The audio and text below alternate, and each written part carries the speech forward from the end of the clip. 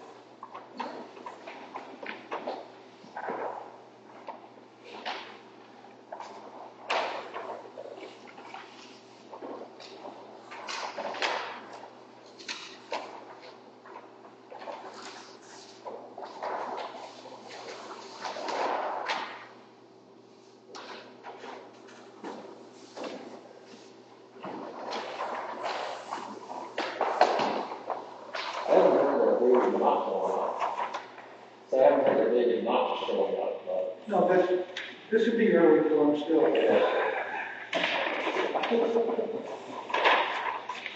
Yeah, it's still got a minute.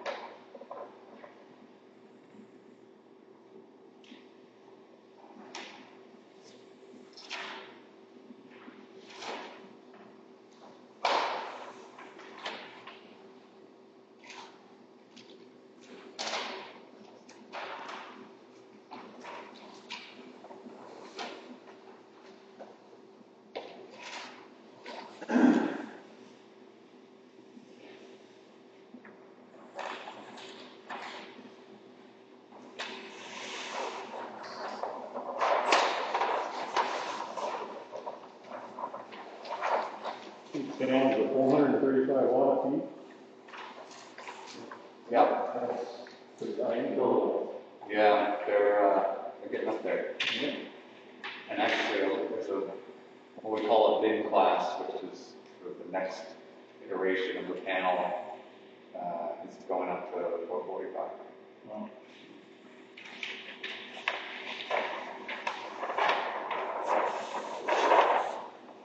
Yes, we got limited real estate.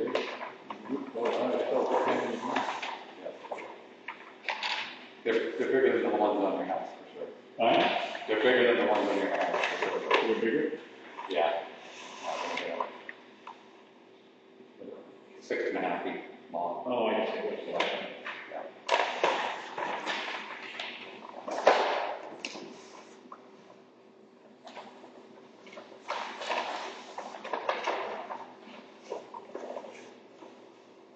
You've done a good job of concentrating ortho. Thank you. Flat too. There. Woo-hoo. Oh, Yeah, say a word.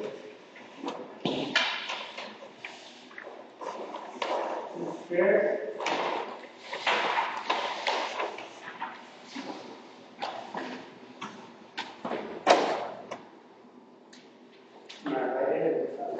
No, for you this is on time. So, we open up the Baldwin Planning Board meeting for December 3rd, 2020. Looks like we have a quorum, barely.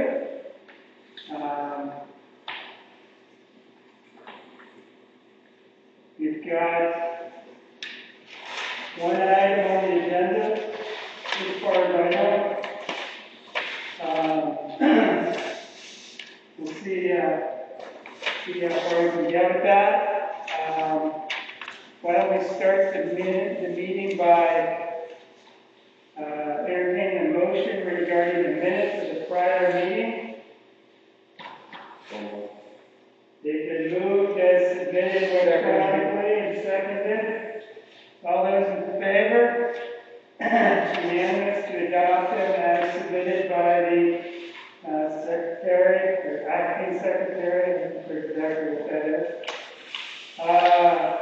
The next item, here we go.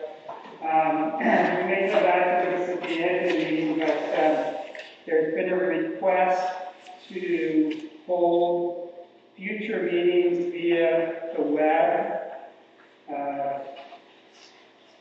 Not sure how many cases there were today, but it's continuing to increase. We're having community spread, and you probably won't have 2 board members show up unless we do it via the web. Any discussion? I know we've gone back and forth. I think we all agree it's not preferable, but and it's harder for me, so I don't want to do it.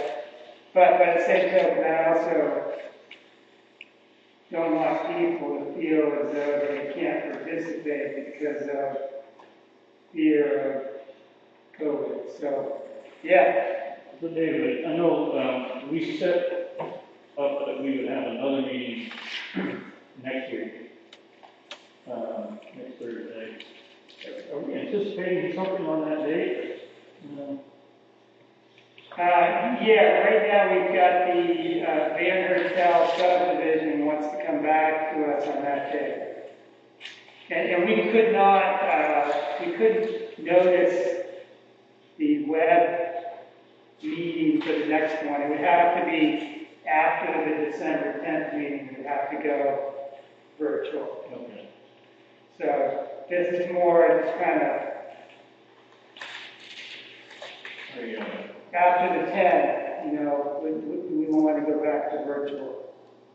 Or not, you know. Well, I think Matt Tripper is valuable as is Minical, but I also think that Matt Sanborn is valuable, and we lose Matt Sanborn when we go virtual.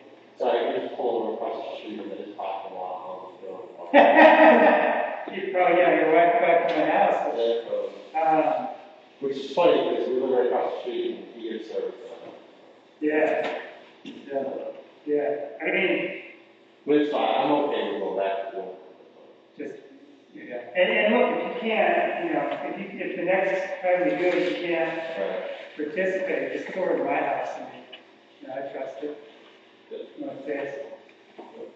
My son-in-law's probably the one that's most, I wouldn't say vulnerable, but I'm out. Yeah, you're out of bed, that's no question, yeah. Okay. But we could figure out a way for you to sit at the kitchen table, I'd sit at the bar. So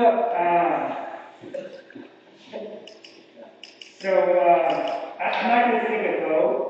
I'm going to send out an email asking for individual preference, and I'll probably just make an executive decision. I'm not hearing a huge firestorm against it. And, you know, look, if the cases start going down next week, I think it's less of an issue, but so far they're not, so. Cool. Okay, so the next issue is the submission by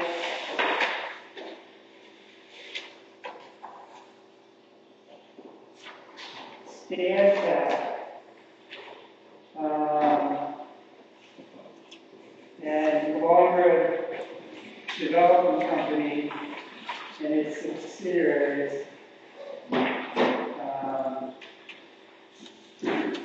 for a solar collection site at over there on Sweet River Road and Route 113. These two houses are the same thing. So we went through this basic process with Sunrays in the old pit there. This is a little bit bigger. I'm not sure if it's more involved or not. I guess that's what we're here talking about. But They've come in, they submitted the information with the map. You guys pay a fee because you're going to. Okay. So, why don't you guys identify your, so we're on, I think we're on video, so, I don't know, where, is the video on? I don't see cameras in there. Well, you know, Daniel's over from home, so maybe if you didn't get that. All right, so we're on video. I think we are. Yeah, I always assume you're on video. Why don't you guys introduce yourself and just kind of tell us what you're presenting tonight?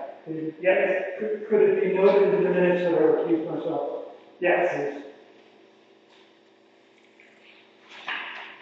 I'm Brooke Barnes with Stantec Consulting, and we're assisting Long Road in developing multiple projects across the state. This Baldwin project happens to be one of them. I grew up over Robinson Hill Road, so I'm a local boy. Doc Barnes was my uncle. And Jack Barnes was my dad. So this is kind of coming home. And I'm Dave Kane, I'm the Director of Development at Long Road. Work on projects in the Northeast and Maine, particularly, and developing this project here in Baldwin, among others, in the state. It's a similar size and technology. I was pleased to be here and present the project. Excellent, excellent. Why don't you guys describe the project for us? And I guess I'd appreciate knowing any, I don't want to say peculiarities, but any anomalies with this particular parcel versus one of the other projects that you've been doing over the last series of years. Sure. So this is a project developed under a bipartisan legislation passed in 2019 to enable more of these types of distributed generation projects. This is a 4.95 megawatt project. The maximum size for these projects is 5 megawatts. I believe the project that you permitted previously was another similar project, and that was just sort of under that 5 megawatt cap. This project is, again, very similar as far as capacity. It's a slightly different technology than you might have seen with the Sunrays project, in that we utilize trackers, what are called single axis trackers, which is why when you look at the map, the site plan, you see a series of vertical roads as opposed to the fixed built project you might have seen with Sunrays, roads oriented east-west.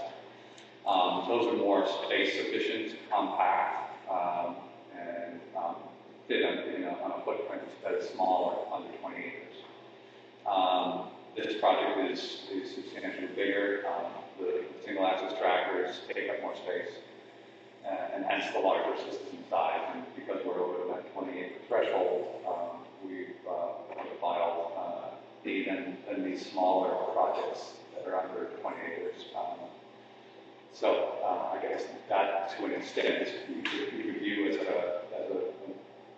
measure of comfort in that the DEP is looking at this quite carefully. I agree. Yeah. So, I thought in the permit application, it talked about 6.9 megawatt. I was just going to go through that. That's DC, and when you convert it to AC, it comes out of our wall, it goes down. So it's the DC or the AC that you were talking about. Thank you. Yes. Yeah. So the maximum system size under LD chapter LD 1711 is 5 megawatts AC. Okay. And so this is 4.95 megawatts AC, and then you scale that up to achieve to get it to the DC rating. You see it's 6.9. And that conversion is done on site, Yes. or it gets distributed into the grid. That's right. There inverters that change that DC electricity to AC before it's injected into the grid. If it's useful, maybe what I'll do is that if we take, I'm a visual guy, so if I look at a map. Sure. So if we look on your, you can look at the big sheets there, or little sheets we have. If you look at sheet C2, and I'll sort of walk through what's there on C2, and that'll give you an idea of what's going on. This is off the River Road, the existing access road. The River Road's down in the lower right-hand corner. And that's the way they'll come into the project. It's a great woods road, crosses wetlands, and there's stone in there. They'll just be putting some fabric and some gravel on top of that stone, so those are already well-developed crossings. And then they get to the project area, which you'd ask about other projects that they have in the state, and I've worked on 8 or 10 of them for Long Road. And this one is really nice because we end up with no wetland impacts, and the actual panel area is pretty darn flat. It does need to be graded. There's about 66 acres within the fence line here, within the cleared area. Those little hatch lines you see are clearing furthest out from the array. And that's about 66 acres. There'll be about 44 acres of grading within that, where they put the panels, because it needs to be fairly flat and level for this kind of track or panel that moves work on existing woods road. And now I'm going to flip you to C1. And at the top of C1 is an inset that shows the electrical line running north all the way up, and that's above ground. It will be poured, and that's a clear area 50 foot wide until it comes out on 113 for connecting to the CMP system. Construction will be 3 or 4 months. The site will be cleared, stumped, and graded. And then the panels themselves go up pretty fast, either in screws or in driven piles. They set up a racking system. I don't know if the sun rays started the ball in second half. I don't know if you haven't even take a look at it, but it goes up pretty quick. They get the rows of racks up, and then it's just screwing on the panels. And then running the electrical, and there it is. It happens pretty fast. So they'll be, as I said, they'll be bringing everything in from River Road, doing that work, and then just run the electrical due north. Just to add on, those piles are there's no footing poured below. There is, as you mentioned, driven or screwed. The only impermeable surface really is the roadway and the small pad. You see the small concrete pads where the inverters do. And we'll be getting a stormwater permit from DEP for that new impervious area associated with the roads and the pads. Once it's constructed, again, stable. What do you do with the panels once you remove them? So we use a panel that's manufactured by First Solar. They are manufactured, assembled here in the U.S. and Ohio. We bought a large number of these panels from First Solar, we're their largest customer. Those sit in a big warehouse in Memphis, Tennessee, and get shipped all over the country to our various projects. But First Solar is interesting because there's a slight premium to the cost, and that premium partly is due to the fact that you're prepaying for the recycling services of the panels at the end of their life. So when you buy a First Solar panel, you are buying for that recycling service at the end of life. So they collect them, ship them back to the facility. They have a recycling facility right next to their manufacturing facility. They crush everything up, they separate out the glass, they separate out the materials and all of those thin film between the layers of the glass, which is where all the magic happens. Yeah, we were talking about that before. Correct. And that cadmium, telluride, all of that is separated out. They throw an acid all over it, and that all dissolves out, and they reconstitute that into new product. And there is, as part of the state DEP process, that we require for a decommissioning bond. So the state will require that bond in case on the letter of business, so that the product doesn't become forfeit and just sit there. It would be dismantled one way or the other. It's about $1 million, probably. The bond? Yeah, the decommissioning cost, which is all calculated, it's an 8-page document detailing the labor and all of the aspects of the decommissioning, and that really is close to $1 million. And we haven't filed a DEP application yet, but probably in the next 2 weeks, we file a DEP and there'll be a copy submitted to the town. And you'll see the decommissioning section in there along with the engineering calculations of how much it will cost to decommission. So, just a stupid question, but, so you're saying it's the last 25 years and recycling. What would stop you from having a project? Sell the power wholesale, Okay. or something like that. Yeah, that's just fair. Yep.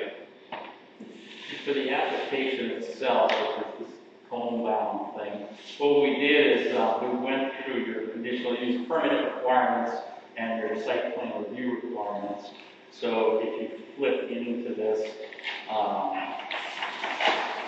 let's see, about 4 or 5 pages, it starts with Article 8, conditional uses. And we just sort of run through the requirements for your conditional uses. And then the next section, a few more pages in, is Article 9, the actual performance standards under your conditional uses. And then finally, even further, is Article 11.6, which is your site plan review approval process. So we took all 3 of those and put them into this one application. And then the rest of this is just another copy of the plans in smaller scale, along with a boundary survey, a certificate of standing, sound assessment. So if the inverters make a little bit of noise, so we have a sound assessment. They meet the state standards. I like how you said proportional to the capacity. Yeah. Depending on how much energy is flowing through there, will depend on how loud. I thought that was a very funny way to put it. Anyways, I'm not saying that's too small, it's just a funny way to put it. Well, relatively speaking, it's a pretty small amount. And there aren't really sectors anywhere near this. It's sited, so it's all internal to the project parcel. There are some projects that are in farm fields or something that are very close to neighbors, and they have to reconfigure them to get the inverters further into the array, Right. so that we want to keep them above the home. Other pieces are in here, the deeds are in here, title right of interest documentation. I checked, all the corporations are properly certified for incorporation. And the rest of the sheets in the package there, which are large scale, are really sheets we prepared primarily for the DEP. It includes all the stormwater flows and the stormwater requirements, which get fairly detailed. And you'll also see on the sheets, for example, sheet C3 has a lot of fine print, and that's the erosion control and construction techniques that have to be implemented for the project. We put it right on the sheet.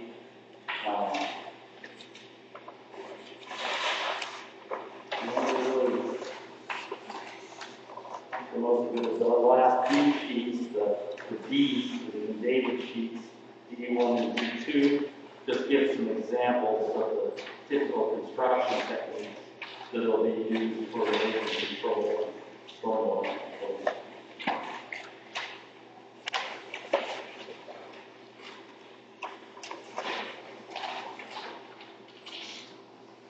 Questions from the board, or from the public, or from the CEO? You know, one of the things we talked about with this project was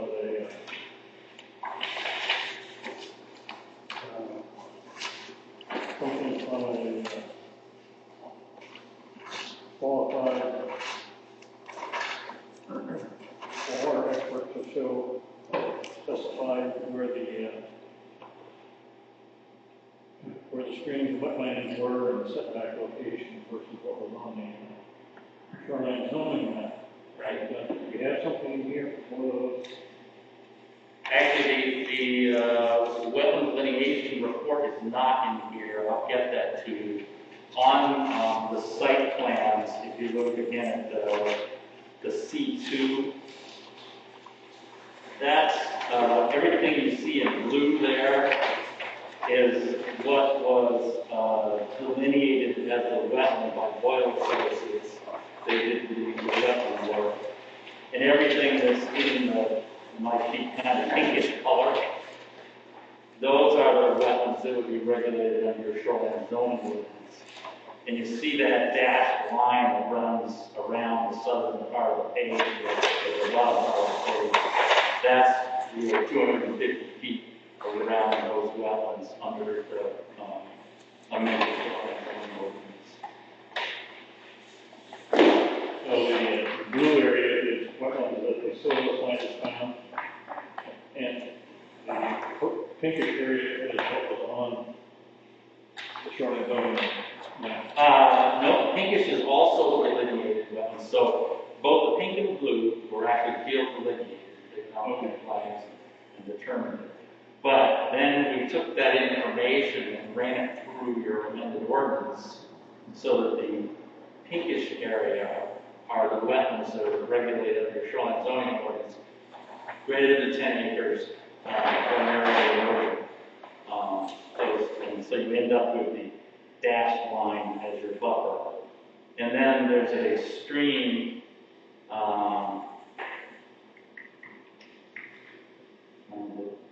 just north of the railroad tracks. There's a stream that runs through there, and you'll see more dashed lines, dashed black lines that represent the 100-foot buffer off the stream for your shoreline zoning.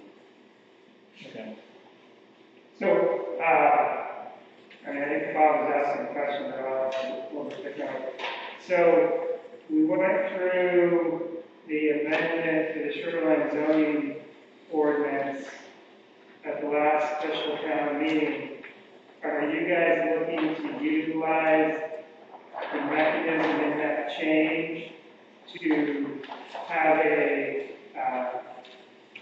on-the-ground modification of our existing shoreline map? Yes, that's right. Okay. Yep, and it's in the narrative here. I'll find it, but you brought it up, and I'm realizing that we don't do it on the course. Yeah, so I think that's probably an important one, just make those changes. So we'll need that. Any other kind of questions? You know I have some, so. That's my job, isn't it? Yeah. So one thing I didn't understand, and maybe I just missed it, is I understand this appears to own, some fairly large tracts of land here, and you're utilizing, the site is located on 2 of those tracts, I believe. One's on basically the top part of the map here. Yeah, if you look at attachment 2, which is the boundary survey at the back of the document. Yeah. So the project is kind of located around where the guy here 6-1 is. kind of located in that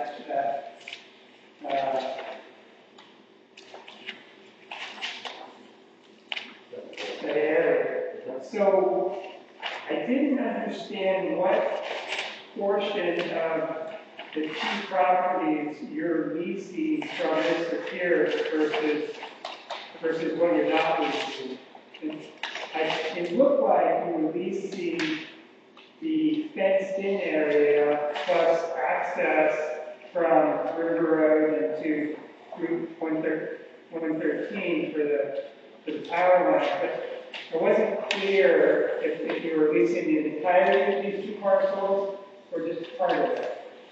And I'll tell you why it makes a difference, because in your application, you're relying on the vegetative buffer, from the other properties, which would be some of that would be the non-lease portion. And so I just, we may need to put some restrictions on the non-lease portion in conjunction with your lease portion, depending on what you lease. Like, you see where I'm going with this?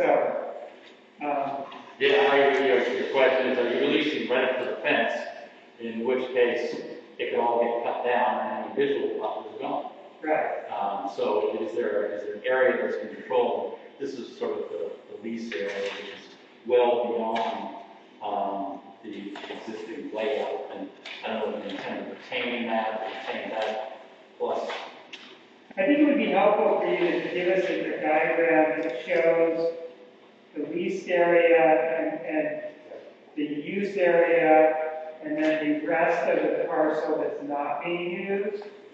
Because when we grant a permit, it's for the parcels. And so I think we need to know whether or not to put any restrictions outside of your, I'll call it the development area. And I don't think it's clear in the presentation how that's all working. I know in the deed there's some references to it in the back, the leased area and some diagrams. But that really didn't do it for me. Yeah, I guess thinking about some of the thinking of the planning board, you require the landowner to actually submit the application. So, in effect, think of it that way. You're looking at map 6 lot 1 and map 8 lot 34. And so I have no objections to talking about whatever happens outside of the lease area. And I assume you did. I just want to make sure we have some clarity about who's responsible for what. So if you want to clear timber, you may have some restrictions about the density of timber that has to remain, because they're utilizing some of that timber as either visual or sound barrier for the properties nearby. I totally appreciate it. These are large pieces of property, and we're talking about decent distances, but I still want to be aware of that, because the Smith property does come fairly close, and so I don't think that they're going to use that back part, but it's just something we need to discuss. I think having the clarity of we're talking 20 years, so who knows, 20 years it could be Westbrook. I may not care. Yeah. So would it be useful, I'm looking now, like, for example, sheet C2, if in addition to the clearing area, which is shown by the little round bubble all the way around, there were a buffer that was shown on there, and it was clear that was a leased area. Yeah, at least, I would just put it leased area and property. We actually, we're about to do our ultimate survey, which will define very precisely the leased area. Essentially, the cartoons in the back that kind of illustrate, this is a document that's now more than a year old, the option to lease At that time, we obviously had very little data to work off of. So now, this is where, this is certainly where on the face of the earth the project will sit. Right. And we will create now that we've just recently finalized this, we will develop the office survey, which will define, Yeah, I just think it'll be helpful, that's all. I Yeah. don't think it's a big impediment, just, Yep. so the next thing was the useful life, you've already answered that. So once you create the project, I just want to understand our exposure. So it's a subsidized project, right? In the sense of you get some sort of benefit from the state with this program that you're involved in for doing the project, right? So there are subsidies at the federal level to the extent that the panels themselves that we're utilizing have associated with them a federal tax credit. Is there a state subsidy or a tax credit or some sort of? So the solar is technically at this moment tax exempt. Okay. Solar equipment is tax exempt. This is a long-standing statute that is getting a lot of scrutiny, as you can imagine, given how much solar and what Maine, the Revenue Service of Maine realizes that, they didn't revise the tax law rules to kind of keep up with the program. And so constitutionally, the state of Maine has to reimburse the town for any loss up at 50% of the lost tax revenue in a tax exempt situation. And is the viability of the project dependent on either the tax exempt status or the continuation of the federal subsidy? Like, in other words, if somebody, I don't know, some really physically conservative governor or president comes in and says, I'm done with solar, I don't want to subsidize this anymore, would that cause the project to no longer be profitable for you? Or are you locked in to this program once it's begun? Yes, and that's actually I mentioned that warehouse in Memphis. We bought, $100 million worth of solar panels just before the 30% federal tax credit stepped down to 26%, which is where it's So you locked it in. So those panels are safe harbor. Yeah. So by building the project with those safe harbor panels, we are locking in that 30% tax. Okay. And there's a 20-year contract for power. That's right. Correct. Yeah. So that's the other piece of this. But other than the tax exempt status, and again, that's being revised such that developers like ourselves will be paying, will be essentially reimbursing the state for the revenue that they reimburse to the towns. Yeah. So that's all in the process of changing. That was a bill that was pending prior to COVID. Obviously, whenever the legislature's attention shifted away from this. But If that change doesn't affect the viability for you, It does not. continue to go forward. Okay. What has to happen first, DEP or us, or does it not matter? They're not linked. Okay. Yep. Both have to happen. Yeah, ultimately, yeah.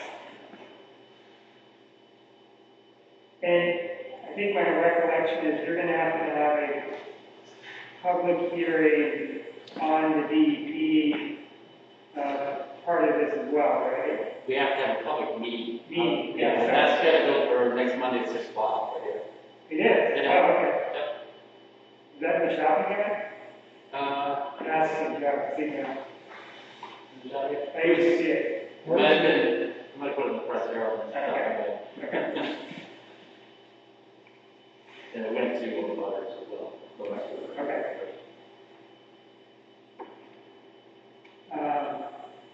So in terms of the project, I mean, I saw that your organization sent projects quite a few. You said you've got nine or 10. I saw some in Thompson, Basselsboro, Fitzwilliam, New Hampshire. What would you say? Thank you so much. Did they give you some sort of document, like a conditional use permit or some sort of like? It was minutes of their planning board meeting where they ran through all of the requirements and it just made note of them. We didn't get a permit. Okay. We did, maybe that was, well, but Augusta, we have a project, we have an approved project by the city of Augusta. So we have a permit for that. We do. Isn't that more urban now? Isn't that like?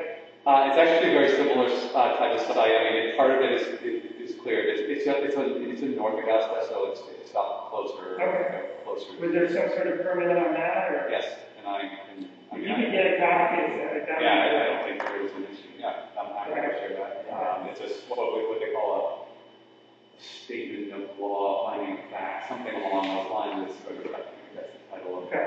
But yeah, it's there.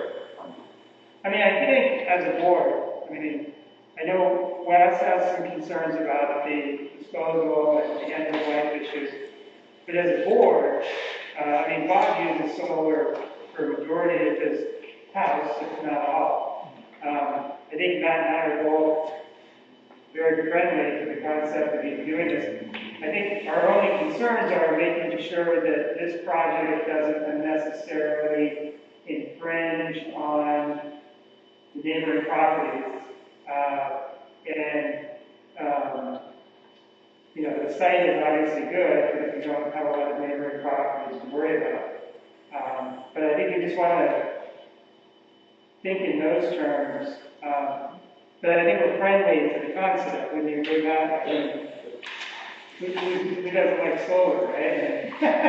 Well, I mean, the nice thing is it's inert. It just sits there. It doesn't send kids to school. It doesn't, run under roads or anything. Once it's built, it just sits there. Right. And through the tax reimbursement program, it'll be relevant. And on the Sunrise property, we had some concerns about interference with ham radio operations and frequency disruption. And we'll probably get somebody coming in and ask some questions about that when we get to a town meeting. You'll get some folks about noise, especially since they're moving and you have the inverters. I saw you did a noise study on the inverters, but it'd also be helpful to know when the mechanisms are working throughout the day. Is there any additional noise? Those are the two big concerns. Your construction concerns, I mean, they don't seem to be, this doesn't seem to be, because you're approaching on River Road, there's a lot of benefits to approaching on River Road versus 113.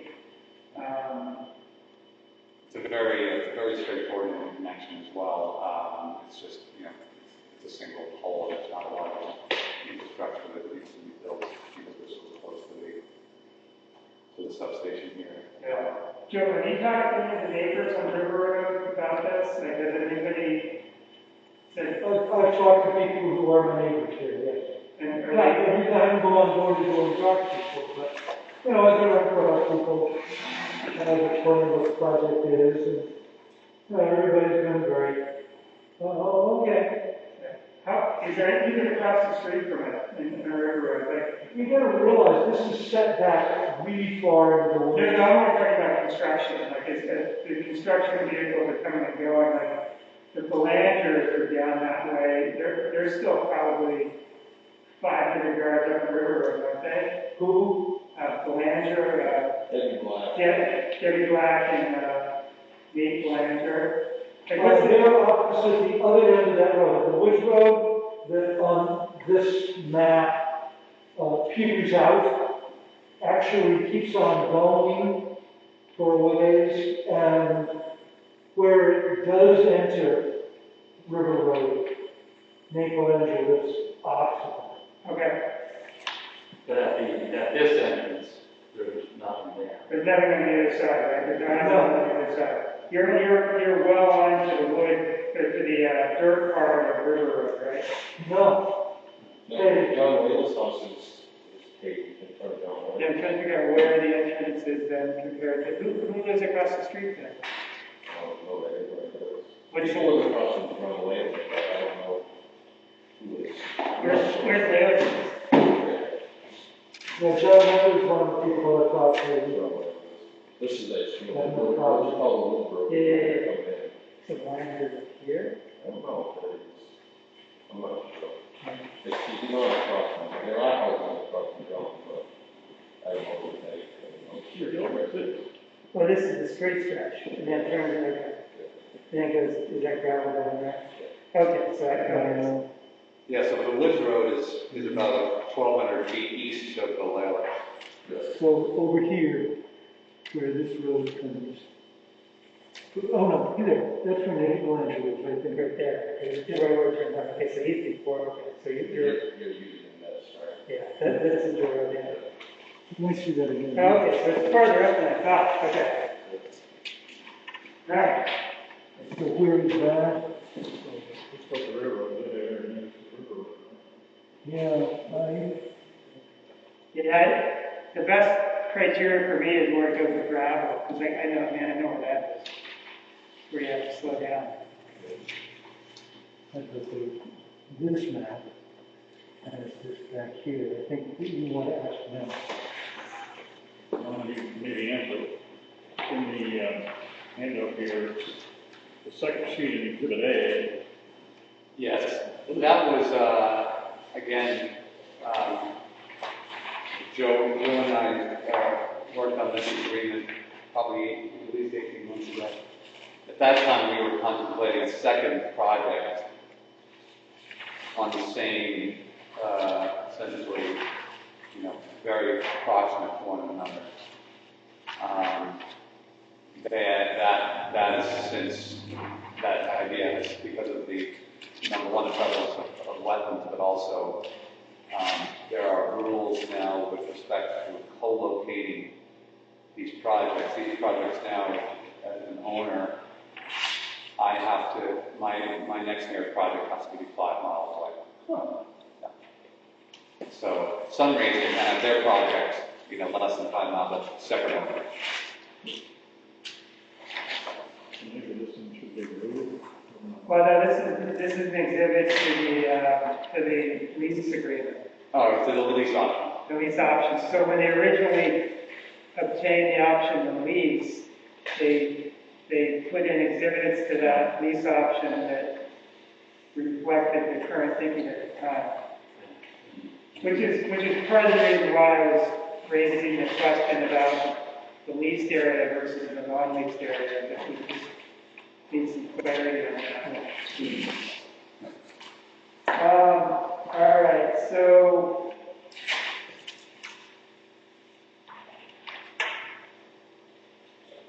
But I can send you that Augusta, from,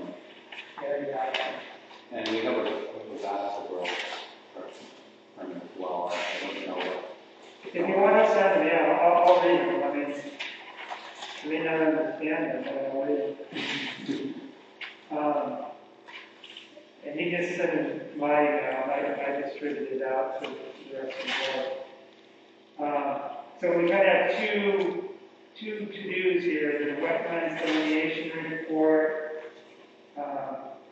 And in that, just make sure that there's a very clear delineation.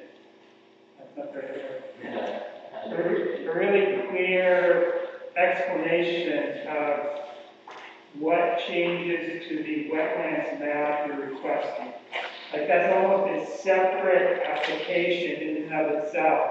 And I was wondering is that a separate shoreline zoning application or is it done through this process?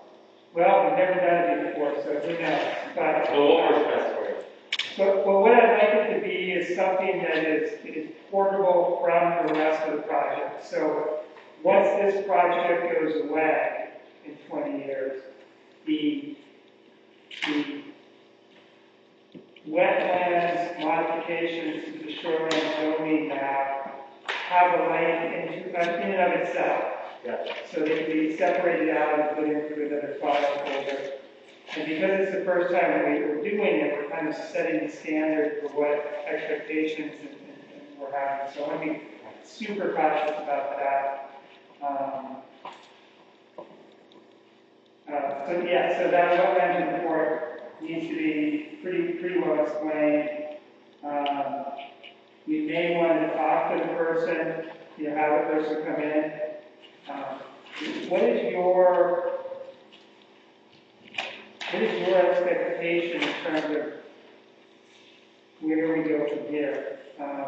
We don't have a complete application right now, just for a complete set of information. But let's say we do have a complete set of information. What do you envision the next step to be? I think part of the reason we wanted to get this forward was to be able to schedule a site walk. I know that's something the board likes to be able to do. And we wanted to make sure that could be scheduled prior to any snowfall of significance. Yeah, you're working on not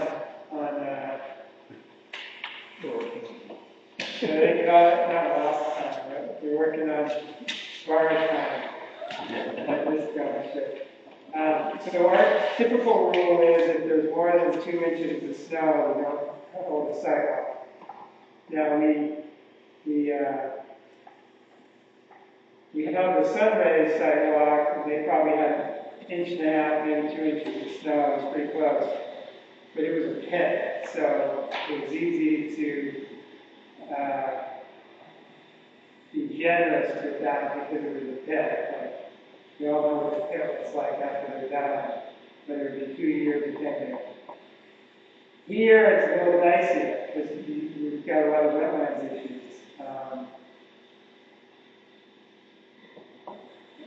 Let's say we schedule it.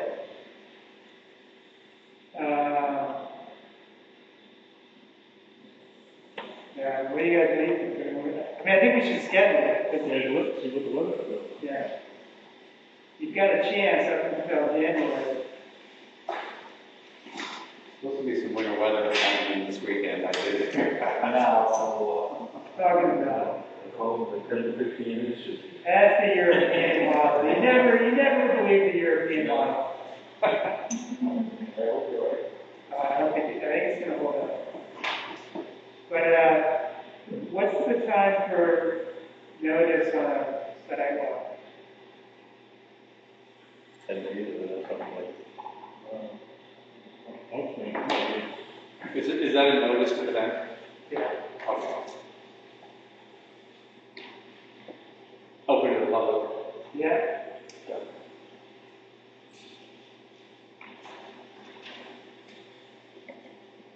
Joe, do you remember what the notice is?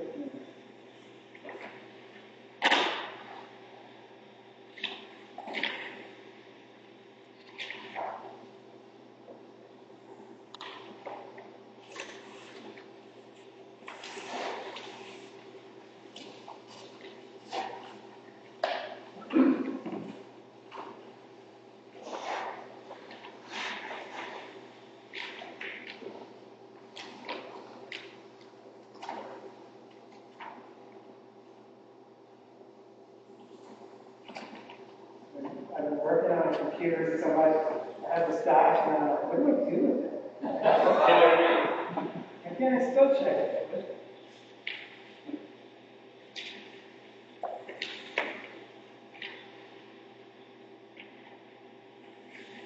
search sidewalk.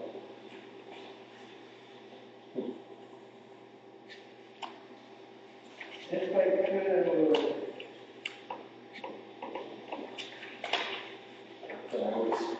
How was that work today? Had a wire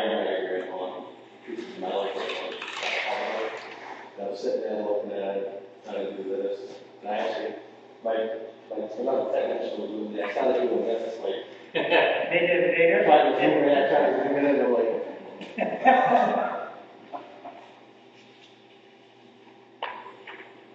Alright, so.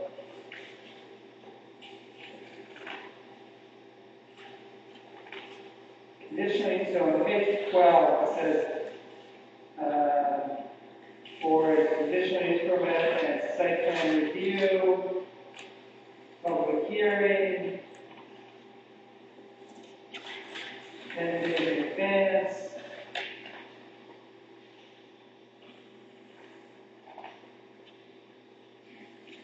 So let's just say 10 days. so it has to be in the paper, kind of. Yeah, I think it's 10 days. And, is there a notice to a butter? Yeah.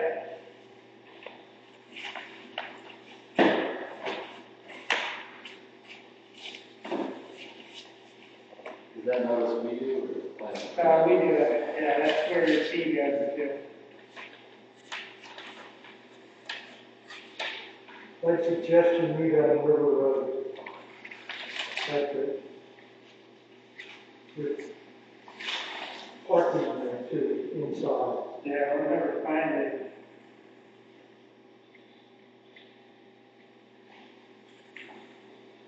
Don't need it waiver.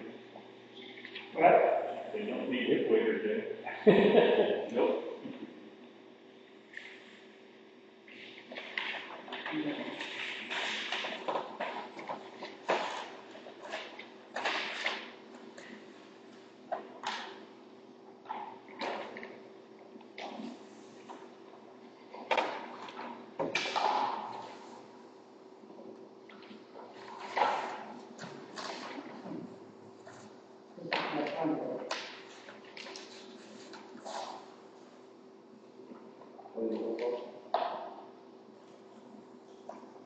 Where it says sidewalk.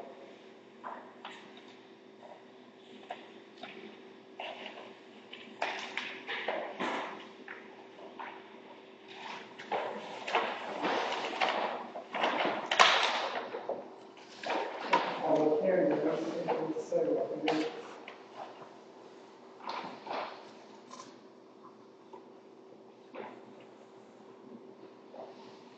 Well, let's just follow the public hearing rules because it is a public hearing, right? It's more of a public hearing on the physical location. So,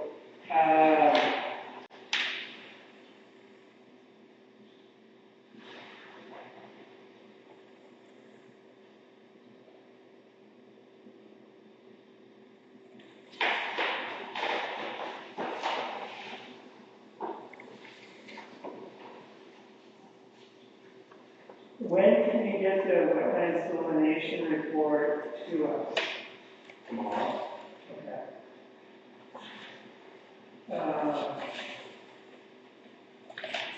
So let's just work out the logistics here. So if we have to give 10 days notice, then our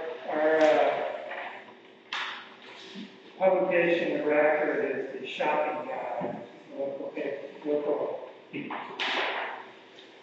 paper, I guess. To get in the shopping guide, you have to get it in on the Monday before publication, which is on a Wednesday. So if we got it in, if a notice was put in this week or next week, get it in this. So if we get it in on the 9th, we could do it after the 19th. So the first Saturday after the 19th is the 21st. Saturday, The 19th is the Saturday. the 19th. 19th is Saturday. So we could do it on the 19th or on the 20th. Because if it's sunlight, we really can't do it during the week. I couldn't do it during the week. So do you guys prefer Saturday or Sunday? It's a crapshoot, you guys understand what it's a crapshoot at this point. Let's do this Sunday. So they take the 2 weeks off for the Christmas and New Year's holidays, so the Christmas week. Yeah, we just have to get into one time. Right. Yeah, no, it's perfect. So, We're into the 20. 20, yeah. What time? What? Well, After church. yes. Sure, 1 o'clock, sure.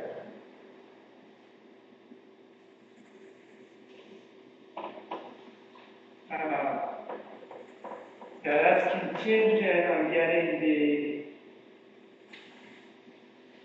wetlands delineation report prior to the 10th, to our next meeting.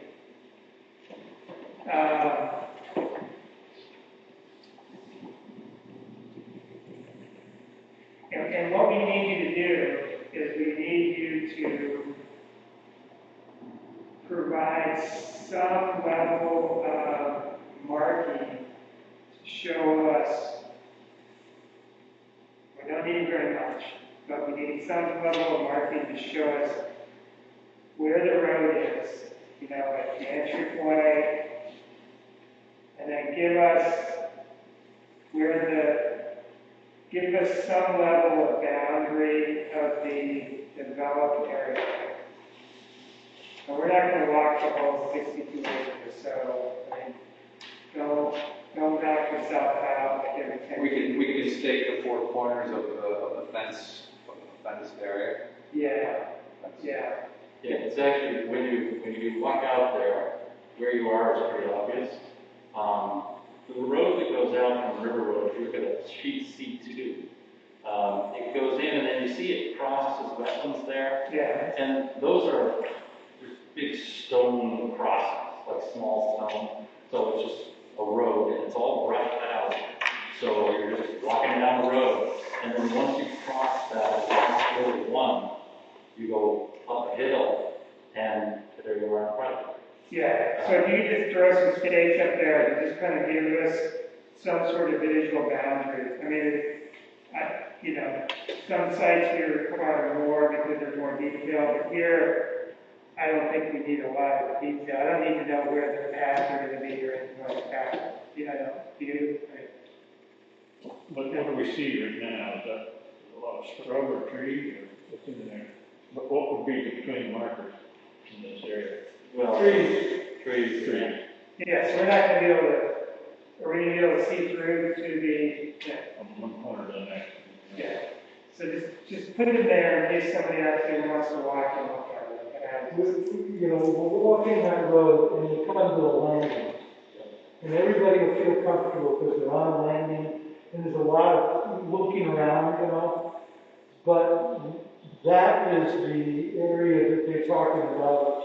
I forget how they labeled it, but it's a laydown area. Yeah. And it's north of that, which is Pines. Perfect.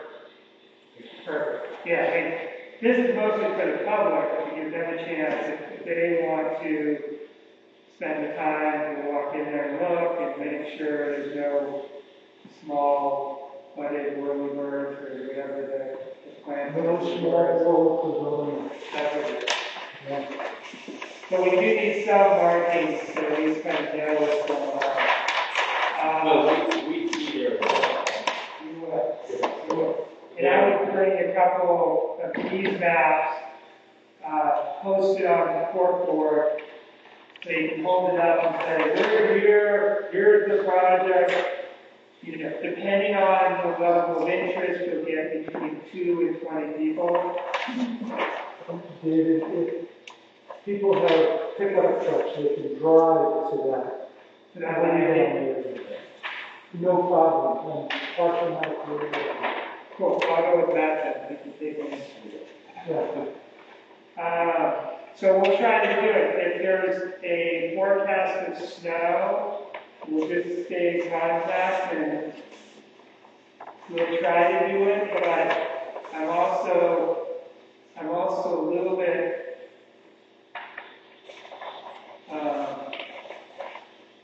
concerned about, you know, that if this is a wetland area, that would be part of our normal review is to see what that looks like. I think maybe you can see, in this case, you can, you untrained biologists can see the difference between the wetlands there and the non-wetlands. Yes. But now it's 2 inches of snow, that's the concern. Even in You think it even went down? 2 feet of snow. Yeah. Okay, if the forested wetlands, it's not like you've got mown lawn and then water. It's like the vegetation changes. Okay. And recognize too that there's actually no direct impact as well. The only impact is a little bit of clearing. Yeah, and part of our job is to take a look at it and say, you know, oh, okay, I see what you're saying, you know. Whereas if there's a big swamp right where you're pointing, that's like, well, yeah. We're gonna put it down.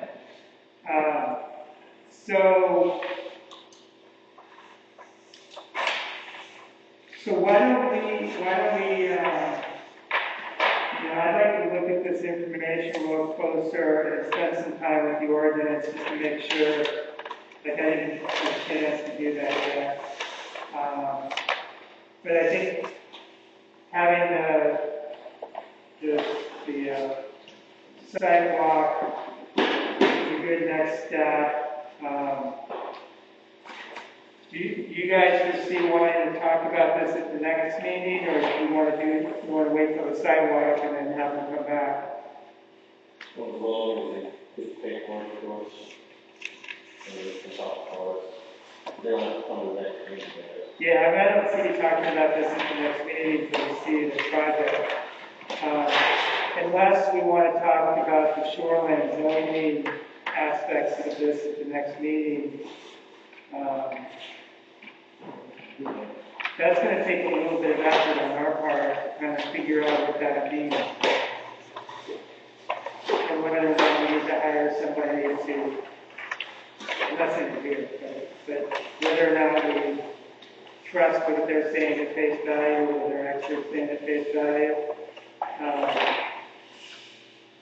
I think if you have a time under December 10th meeting, we can bring in the wetland scientist and do that and talk about that shoreline zoning part of it.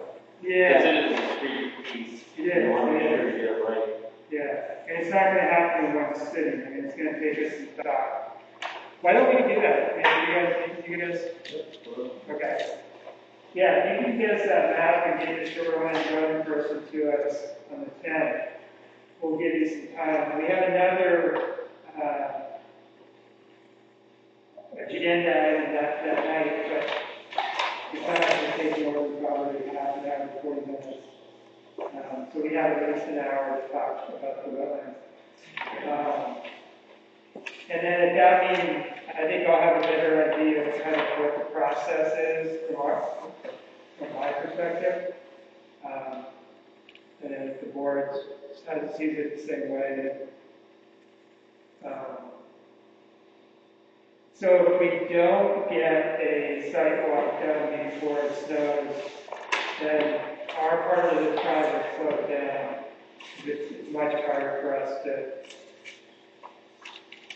do anything about that sidewalk. Is that a necessary part of our review? It's always been, you know, we've always done it. So, Because it may be even with snow, if there's particular things you want to look at, like exactly where are the wetlands. you never know what people want to see. You know, for us, it's just, I think, just taking a look at the land and making sure it is what you say it is, and it smells, you know, like pine trees. But for other people, it's, you know, there's other issues. Everybody has had issues, so it's hard to know what the issues are. But we try to be consistent, especially since a board member is involved in the application. We want to make sure we're consistent with what we've done historically. So let's see where it goes. I mean, so far we've had one of the most mild winters of my memory. Anything else we can accomplish tonight on this application?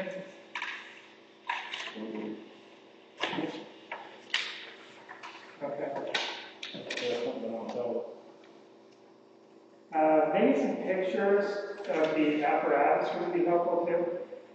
Like what those look like, you know, not necessarily several thousand of them, but just kind of what they look like in terms of, and if you can get a picture that it shows the glare or lack of glare, and I know that the application says that the whole purpose is not to have glare, I mean, if it rays in, but, you know, if you could get pictures, you know, some photographs on a sunny day, what that looks like. I'm sure you have some stock images of the model. Yep. I try to put everything out front, so if we get everything done up front, then it's pretty smooth. But anything else, anything from the board that you guys can think of on this one? So the goal is to start construction when? Not until the DEP review process is complete. You know, we're submitting that application very shortly, but that's a 195-day review. It's a 6.5-month review from the time that it's actually formally accepted. So that's probably even a month away. So we're into July or August before the DEP permit is issued. So that's the worst case. Could be sooner. Could be. They give that as their guaranteed time. Right. Yeah, and you know, at that point we will be we'll be squarely for the end of that restriction on clearing trees. So we wouldn't probably be starting any clearing until the end of that window. That's June, July, so early August. Yeah, I mean, there's no question that our review would be quicker than that. So, Yeah. Really, the only thing that concerns me is getting onto the property while it's not snowing, and that's the biggest thing for us. Because we can work methodically throughout the winter. You know, the rest of the stuff is really just horrible. Yeah. That's good to know. That's a great question. Anything you guys need from us? Is it tree growth to know, or? Yes, it is. Okay. So you need anything out of tree growth for this? These are not trees. No, I assume that's true. Yeah, it's okay. I just wanted to ask the question. I didn't know if there may be some like swap you could do because it's an environment. No, Okay. the town is gonna get tree growth money. And at what point are you looking to pull this out of tree growth? He's the one that's paying. That's him. Okay. So just so you know, there's no camera, so I can say this more frankly. There's no legal basis for us not to issue a permit because you have to pay the tree growth, because nothing in our ordinance says you have to pay the tree growth. But we have strongly recommended people pay tree growth concurrent with getting the conditional use permit, because once you get the conditional use permit, the town's ability to collect tree growth gets a little sketchier. So we've always just tied those two things together. That's not to say that we couldn't do some sort of conditional, you know, where we say, as long as you pay it prior to construction or something like that. You're a big enough company, I mean, Census, big enough company, pocket change, but you guys are big enough to where it's not as much of a concern. Smaller operators, you know, it's concerning that we may not have the financial resources to do it. I think a condition is prior to construction, which is the way, for example, DEP says you have to do your final financing prior to construction. Right. It's a condition of their approval. Right. And so payment of that tree growth tax penalty prior to construction is probably the best way to do it, because if they pay it and then they'll build it. Yeah, it goes back to the we trees. would pay it as part of our, if we're financing this and several other projects in single large financing. And so that would be our kind of, what we call our notice, final notice to proceed. Yeah. You know, and that payment would all be wrapped into the closing. I just wanted guys know it's out there, and that's one of the, it's moderately important to the town. We're chasing, that's a good point, we're chasing some of that right now from some stuff. Yeah, That's just what happened. And the bad thing is gonna happen, the next tax cycle, if it changes ownership or something, then people are gonna get hammered on it, if this is paid off. right, right. How many equipment are you gonna have down there? I'm sorry, how, When you, are you gonna bring the bulldozer and flatten everything out and stuff like they did together? the area, we've got those 40 acres or so within the fence line will be graded, yes. It was stumped and graded. Do you know if they brought log trucks over the bridge on River Road, or did they go? Oh, there was both ways, yeah, And the bridge held all right? yeah. Well, the only thing I'm concerned Yeah, about, they did, they came out this way. the only thing I was wondering, if we presented the D8 like they did up the other place, D8 weighs 40 a ton, truck is gonna weigh roughly 40,000, 45,000, so you're up to, let's say, 70 ton. That's more than what, the log truck weighs. Are those bridges rated? They've been rated by DOT? I don't think it is. Are there bridges on both sides? No, Now, you can come in the dirt road side, there's no bridge. you can still get that, but you lay down there, just on the east end of the property, so you. It adds a bit of Yeah. extra gas money. Yeah, well, it is. All right, well, I think we've reached an end point, but appreciate you guys coming out. I think this, but like I said, I think we're all for this. It's just, you'll find we're pretty cautious, and so we want to get the project and think about it, come back, try it again, come back, and once we're 2 or 3 times, we're kind of comfortable with what's going on, we can kind of get down to the meat and potatoes and get things done. Right. And I do all the talking, they tell me what to say. And just at any point along the way, questions or more information needed or anything, just let us know. Perfect. Thank you. Is Kara gonna come in? Talk to her? She does all the work, I get all the glory. Yeah, we'll turn everything down here. Her pictures are not even on the website. I was like, come on, at least give her a picture. She's kind of shy. Yeah. So, you have 2 copies there. Yep. Do you want me more? I've got another 2 copies, I think, so that you can have it for all. Yeah, if you have more copies, we'll leave them here and somebody's gonna read them, that's for sure. Do you see how many times the electronic version was accessed? I'm just curious if anybody's accessed it.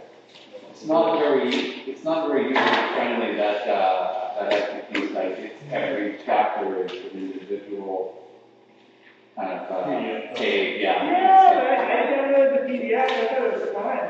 Okay. So there's larger scale, the small scale maps are in these, there's 4 copies of the application of the small scale maps. Sure. Yeah. So, I don't know of anything else. Do we have anything else to me? Wait, do anything?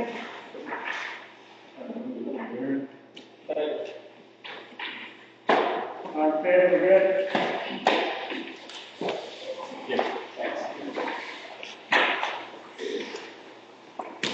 Just so you guys know, Mr. Hertel Sr. is going to come in himself next week. And then I retired Bill Thompson and was he Dave Studio? I don't know. He hasn't? I wrote Mr. Thompson a very good email and Hertel saying he appreciated it.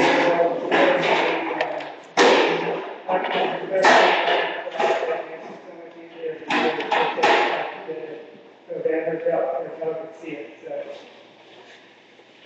if he fired him.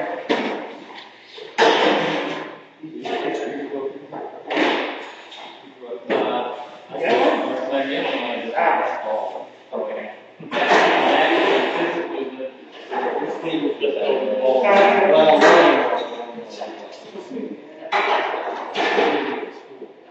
No, put it down the road, go down the shot. Okay. Well, right? Training go here. Okay. Steve Ball. That, John? Good night, thank you. Good night, thanks. I would strongly suggest you avoid, like, so, work for June, that Doesn't sound like it. you want things to dry out. Yes. Yeah. Gotcha. All right. Good thoughtful questions.